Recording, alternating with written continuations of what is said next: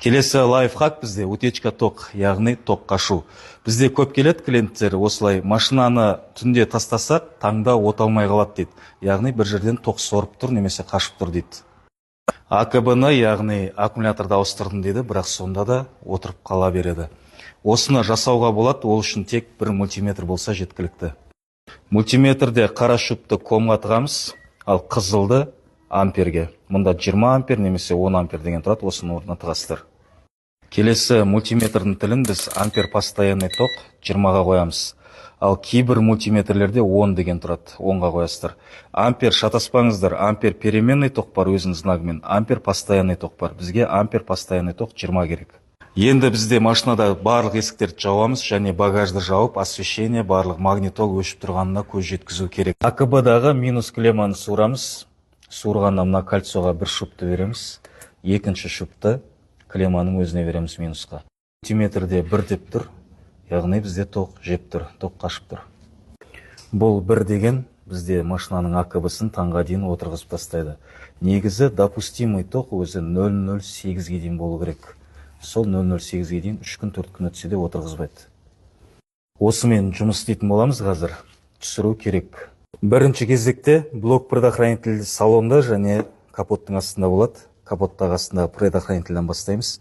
Әрбір предохранительді біртіндеп жұла бастаймыз. Осылай жұламыз. Мұнда мультиметрде өзгеріс болу керек бір предохранитель суырған кезде. Енді екіншісін көреміз.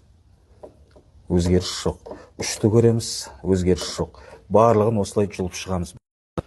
Капоттың астындағы блок предохранительді тексердік. Бұл жерден өзгеріс болмады. Қазір бізде салонда предохранительдерді біртіндеп суырып жатыр. Құлаған кезде мен айтатын болам.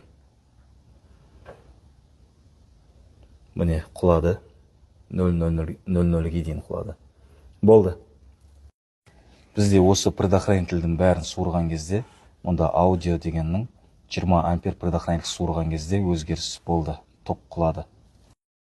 Бұл машинада бізде яғни магнитоладан болып шықты. Предохранительді қайтадан орнына салдық.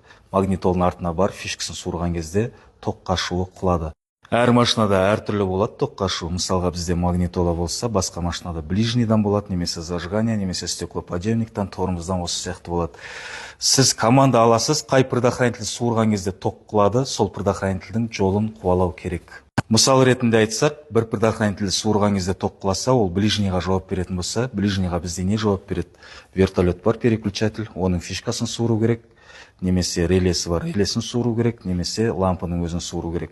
Осы үшеуінің біреуінен құласа, сол ішінде платасында, немесе реленің ішінде, немесе спиралында ток қашу бар деген сөз.